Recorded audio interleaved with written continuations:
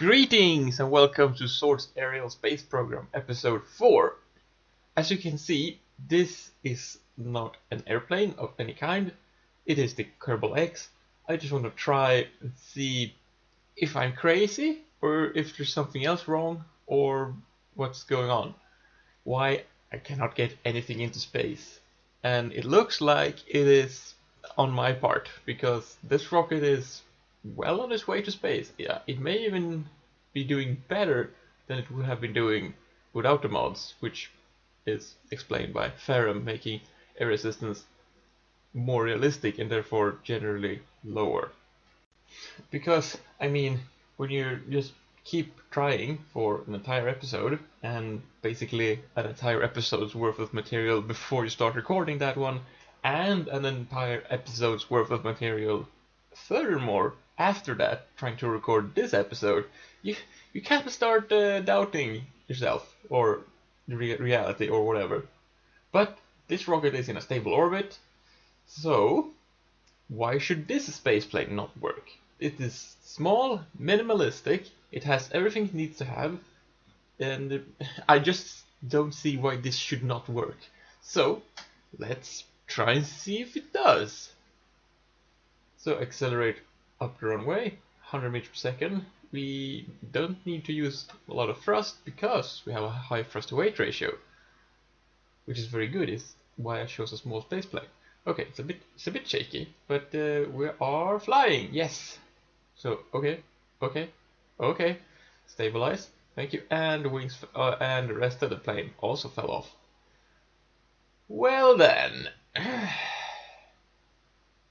But what if I'm not the one that's crazy? The rest of the world is what's crazy. So let's try it again. But as you can see, it's different. But as you can also see, it is the same. It is the exact same plane, but I have removed all of the mods. So it's different. It's not going to act the same way. The engines are very different, and the air resistance is, well, as it used to be. And as you can see, it is behaving significantly different. First of all, it takes off earlier, and secondly, it doesn't shake itself to bits within seconds.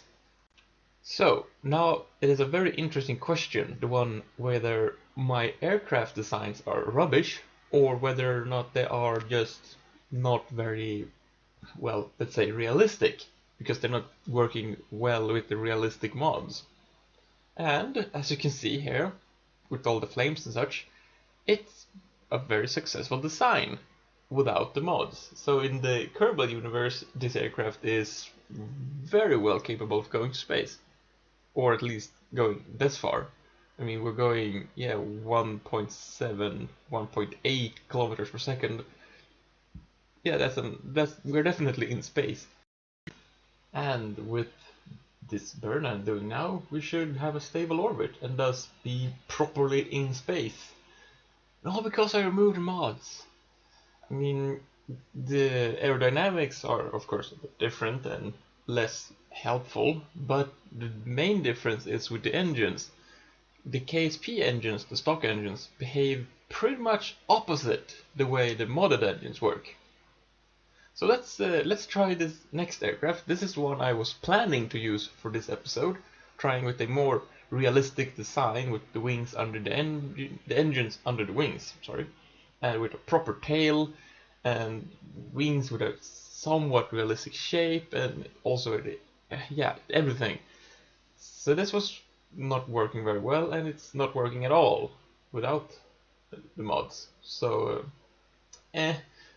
it's apparently not all the mods' fault. So let's try this. You remember this aircraft? This was the one that failed miserably earlier. I think it was last episode. And let's see if it's my fault or the mods' fault. The mods are not doing anything wrong.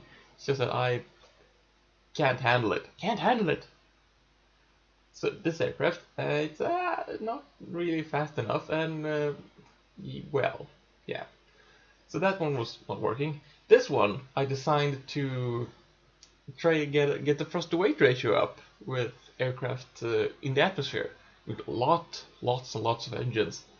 So my thought is this thing should be really super fast, and thus be able to do what spaceplanes should be doing, that is, getting up to a significant portion of orbital velocity while in the high atmosphere.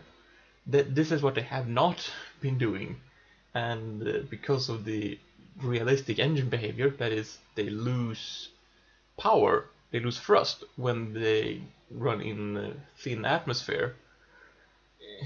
That hasn't been happening. But now, with the behavior on the other side, on the stock side, which is, when you think about it, really unrealistic, but it works for this design. I mean, we're up to 1.5 kilometers per second when we light the rocket engine. And while we're making good progress, we're pretty much out of, we're out of fuel. Okay, so it's sub-orbit. Yeah, this design, I'm really, literally, just loading the craft files from the aircraft I used when I used the mod, and trying to see if they work without. So you remember this one, this is the Fat Doo-Doo, because it flies about as well as one. And it's been very carefully designed to work somewhat well with the mods. It didn't work well with the mods, but anyway. So let's try and see how well it works without. And it's obviously not going very well, because it's not flying upwards particularly much. And this is because of the tail fins, because they are providing a lift that is a force upwards, which makes the whole thing torque down. So everything summed, it gets a very small lift up. So let's try the original design, that is the exact same design, just to remove the tail fins. This is the one that always flipped out, and then because it had a very high or ridiculous angle of attack, it broke apart due to aerodynamic stress. But without everything like reality getting in the way, it flies like a charm. It even flies very well. So let's see if we can make it all the way to space. Things are looking quite good. We are seeing flames on the aircraft. We have a noticeable apoapse, which is distinct from our own location. So let's try and firing up the engines, the rocket engines. We're not really gaining more velocity on the turbines alone. And actually, let's turn them off because they're about to flame out asymmetrically.